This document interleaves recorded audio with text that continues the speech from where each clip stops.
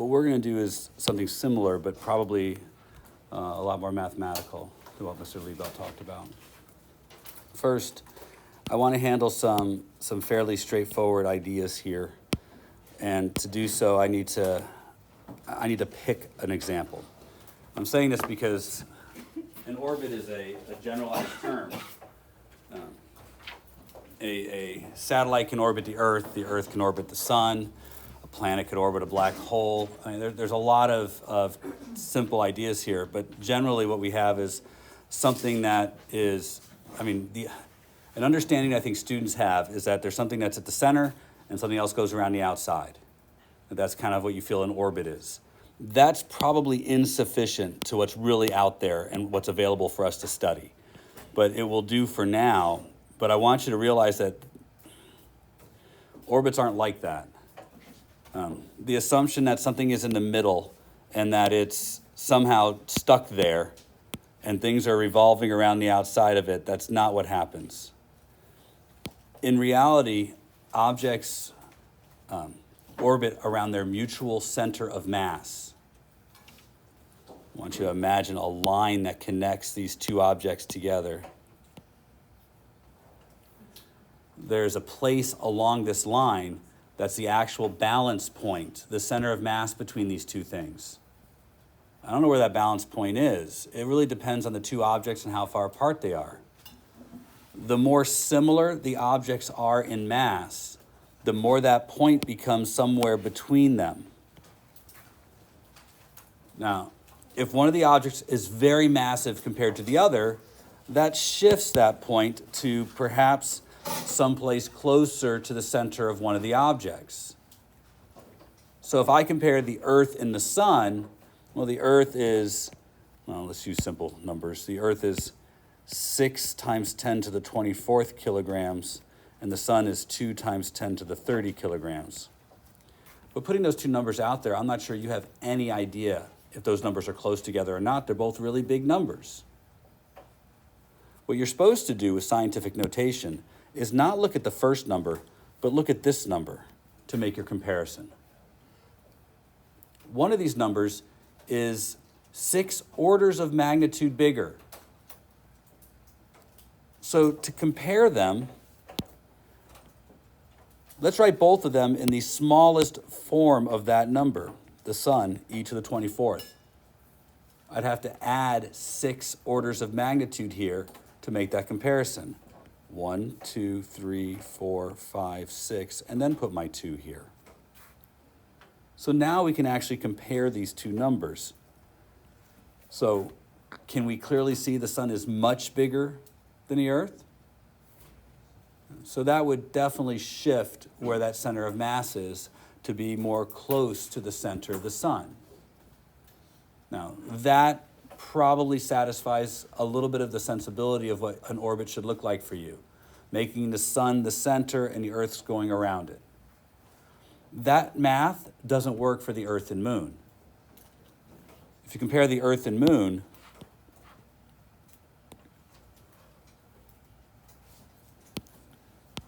the Moon is 7 times 10 to the 22nd, and the Earth is 6 times 10 to the 24th. If I get them in the same order of magnitude, which means shift this one to 22, that makes this just 600 compared to 7. Now that might seem like the Earth is still much bigger. It's 100 times bigger than the Moon. That actually shifts the center of mass to right there between the two. It puts the center of mass between the Earth-Moon system right near the surface of the Earth. That might not sound like much, but what that means is this is the center of the Earth-Moon system. The Moon goes around this point, and the Earth goes around this point. So in this orbit, the Earth is making circles around this point, small circles, at the same time as the Moon is making circles around that point. Big circles. It makes it look like the Earth is wobbling. Now, if you've ever seen two ice skaters in a competition do any spin together where they hold each other, arms out and spin, generally they tend to spin about the center of their hands because they're of similar mass. If you had two objects that were the same mass, they would they would rotate about the center, a point where there is no planet. Orbits are more complicated than we make them appear. This oscillation of the Earth due to the moon makes the Earth wobble as it goes around the sun. It's also something that happens between our sun and Jupiter. I mean, the sun oscillates because Jupiter is big enough to cause the sun to move back and forth. Not long ago, this is how we looked for other planets around other stars. We looked to see if the other planets were causing stars to move back and forth. We couldn't see the planets. They don't give off enough light, they're too far away. But if their sun was oscillating, moving back and forth, we knew something had to be big around that sun that would cause the sun to be kind of wobble off of its axis. And so the first planets that were discovered about 15 years ago were all discovered using that process. Now, with the new telescope out there, we can actually see those planets.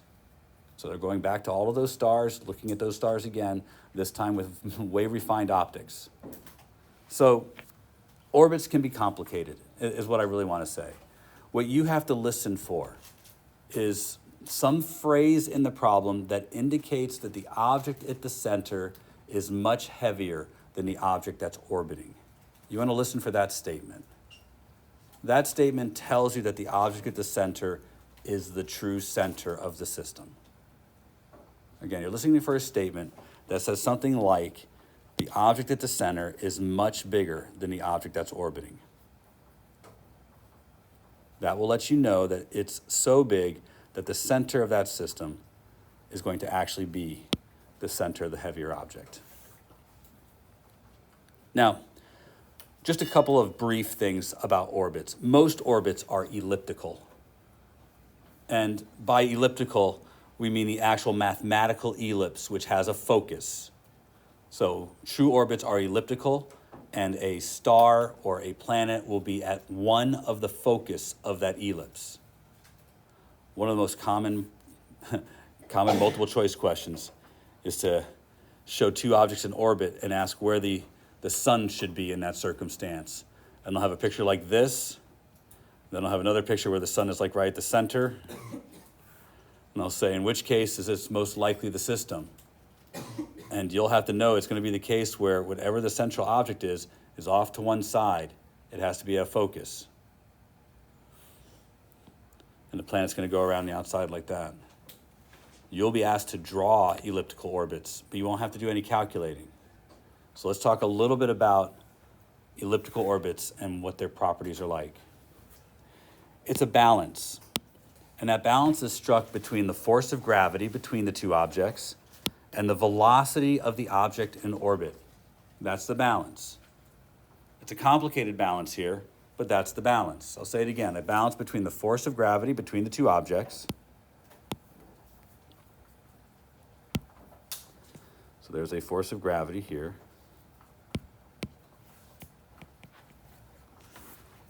And the object that's orbiting has enough tangential velocity to not fall into the object at the center. Now that balance is achieved sometimes not well, which is why things do eventually crash into into planets. But you want to have a balance here. If the balance is achieved, then the object that's in orbit can stay in that orbit for a very long time. Now, when it is in a nice achieved orbit like this, and the object tends to have a pattern of behavior as it travels around the central object. So I'm gonna stop saying central object, and I'm just gonna say planet and star, but understand this applies to all orbits. Does everybody understand that? So I'm gonna say planet and star just so I can stop saying central object, but it could be moon and Earth. It could be space station and planet, anything. Does everybody understand what I mean? All right, so as this planet travels around the star, you have to understand that its proximity to the star changes. When it's close to the star, the force of gravity is going to be at its greatest. Right? We understand that the force of gravity has three parts. the mass of each object and the separation distance. So if I make the separation distance smaller, the force of gravity has to get bigger. So when you're at the closest point, which is called the perigee of the orbit, you experience the largest force of gravity. Now, as the planet travels away from the star, you'll notice that part of that force of gravity is acting to turn its motion, but the other part is acting to slow it down. Right? It's not a circle, so it doesn't follow the rules of the circle. So part of this force of gravity is slowing the planet down, and part of this force of gravity is causing its path to turn. Eventually, it'll reach a position here, where it's as far away as it's going to get from the star. We call this the apogee of the orbit. At apogee, the force of gravity is the weakest. But again, now that force of gravity is going to be causing the planet to get closer to the star, so it's going to be speeding up and speeding up and speeding up and speeding up until it makes it to perigee again. At perigee, the object is traveling with the largest velocity it's going to have. At apogee, it's going to travel with the smallest velocity it's going to have.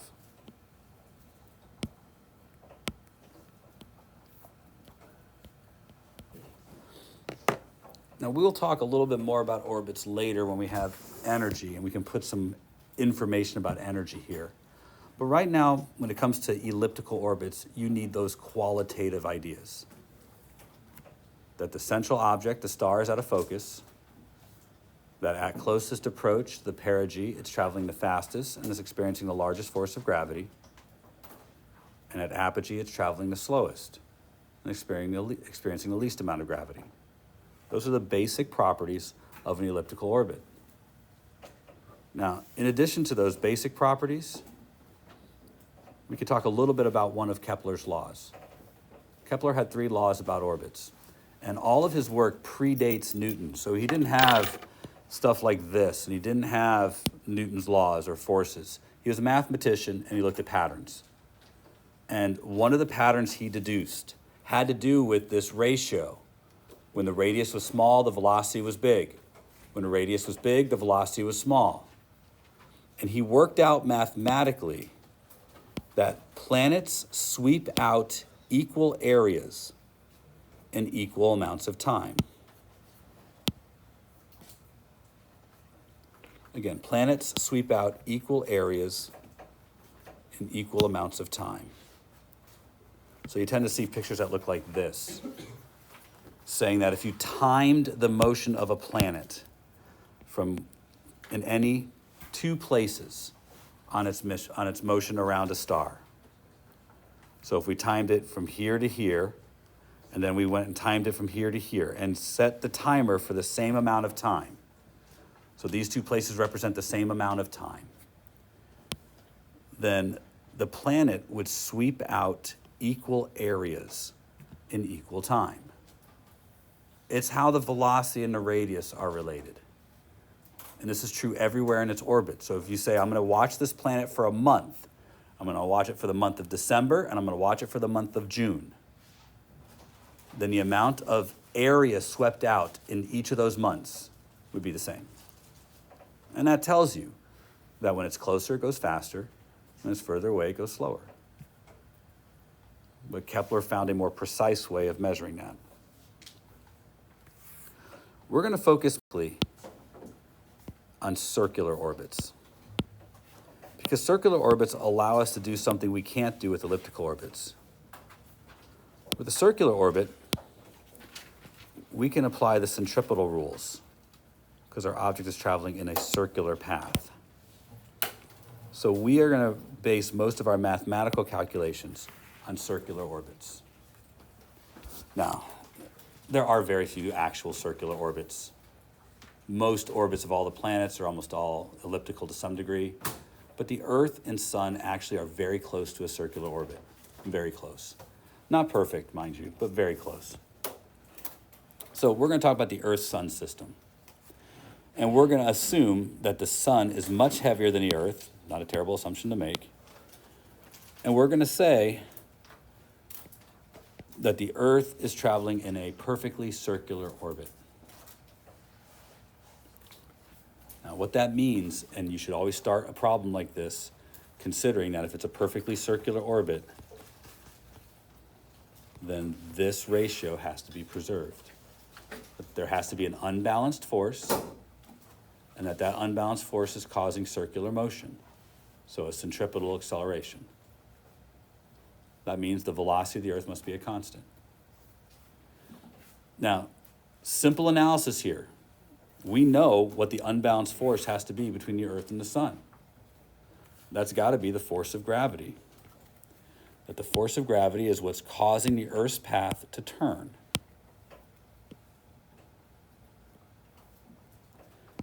And since that force has to be towards the center all the time, that constitutes a centripetal acceleration.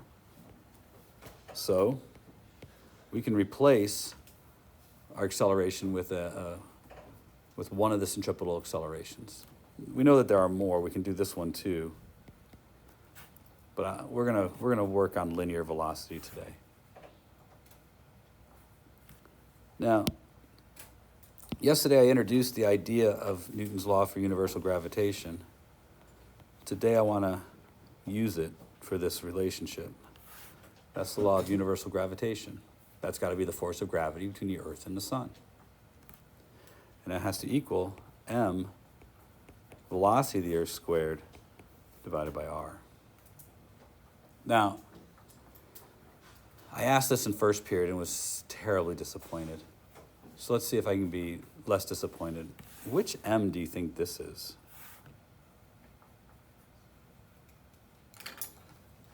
Should think about it. It makes perfectly plausible sense. I see one or two hands. I want everybody to play along with this. What I mean is talk to the person next to you. What is the likely m on this side?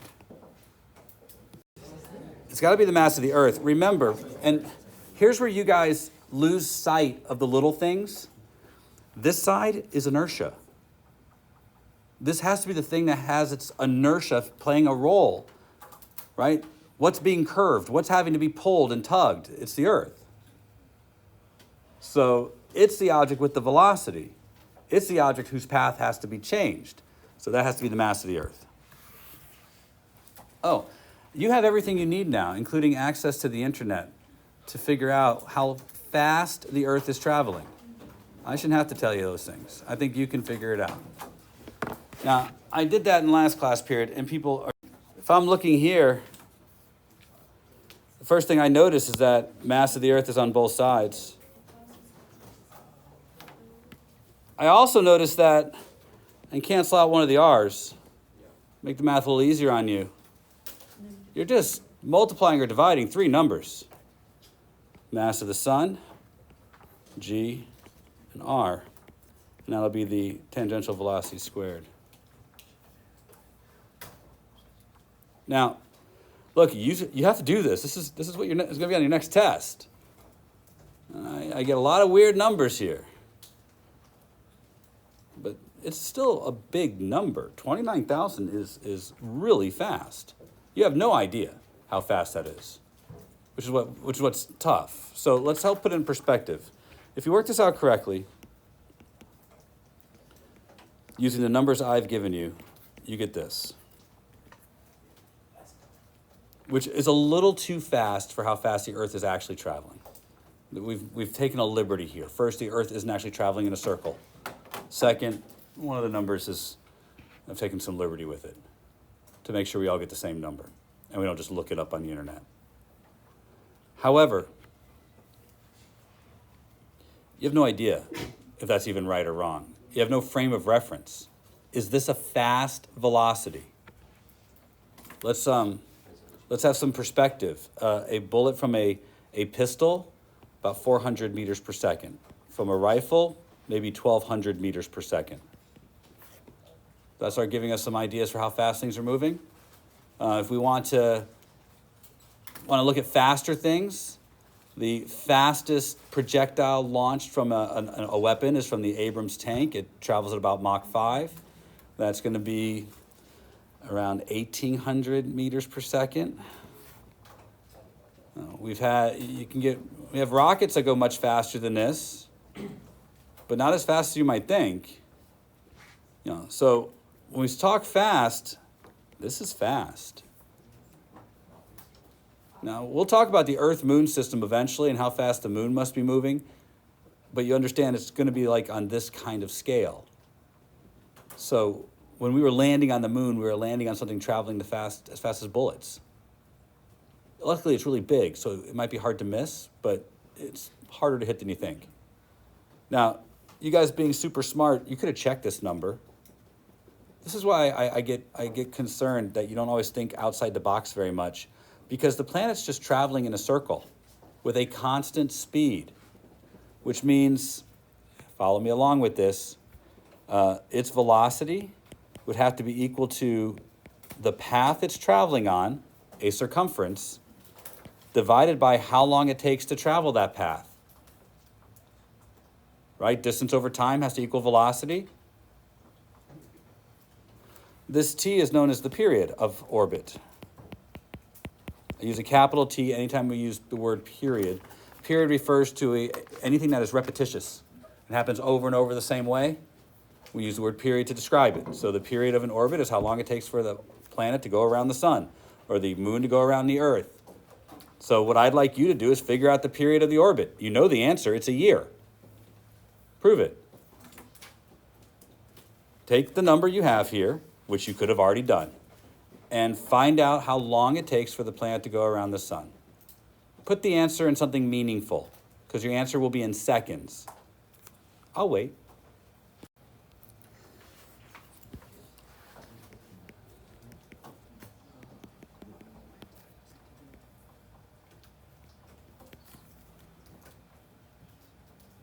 Shouldn't be terrible, but the number you get's really big because it's in seconds. So you might have to do some conversion, 3,600 seconds in an hour, 24 hours in a day. Now, look, we are short on time today, and we'll be short every day. But you get approximately 359 days, not 365. Certainly not 365 and a quarter. First, our velocity is too fast. The Earth is traveling slightly slower than this, not much. It's like 29,700 meters per second. But a little bit. Well, that adds a couple of days over the course of the year. Part of the reason why we have the wrong number, I already told you, the Earth isn't traveling in a circle, it's traveling in an ellipse. And some of these numbers are, not perfectly accurate. They're what you get off the internet. They'll give you an okay answer. Now, I want you to understand that we could get right to this answer. We stepped it through the velocity, meaning you now know how to find the velocity of an object in orbit, and you know how to find the period of that orbit. You've been shown once. I'm going to ask you to do it several times in your homework. However, those of you who are really paying attention, let's consider, and I'm using this in generic terms now,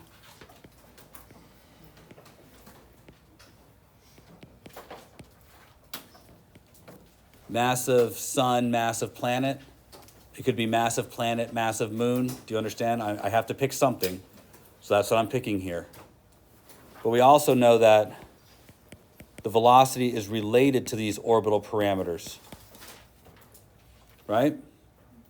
We could come up with a relationship between period and radius and skip going through the velocity. It's not hard to do.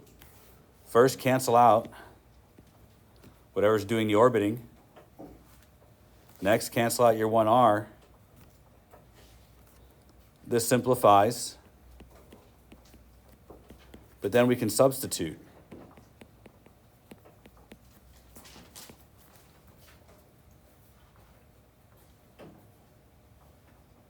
You guys are sharp. You can cross multiply and collect like terms.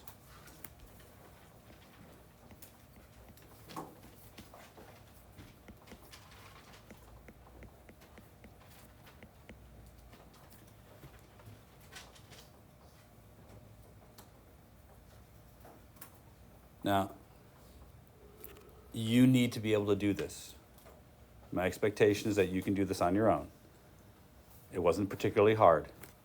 We started with net force equals MAC. That was where we began. A derivation begins with the first principle. We made substitutions for that force and substitutions for centripetal acceleration. We then substituted for velocity and collected like terms. Look, you know the kind of stuff that's going to be on your test, and you tend to know how points should be distributed. This would probably be more points than you'd actually get, but I see a 3-step process. Start with the first principle, sub in what you know about centripetal acceleration, put in what you know about the force causing it, and now this extra thing about the orbit.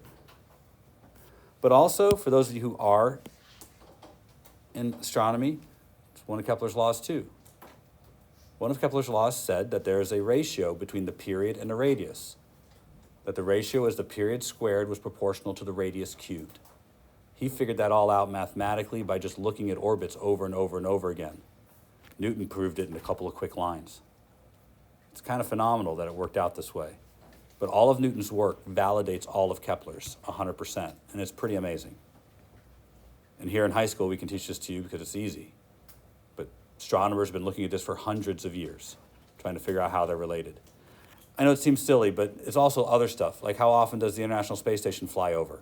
It's right here. You can look up its altitude. It's not very high. You know, how fast does the space shuttle have to be going by the time it made it in orbit? It's right here. It's simple stuff, and you guys can do all the work yourself. It's in your homework. So most of your orbit questions are stuff like this. All right? I don't know when the bell's going to ring.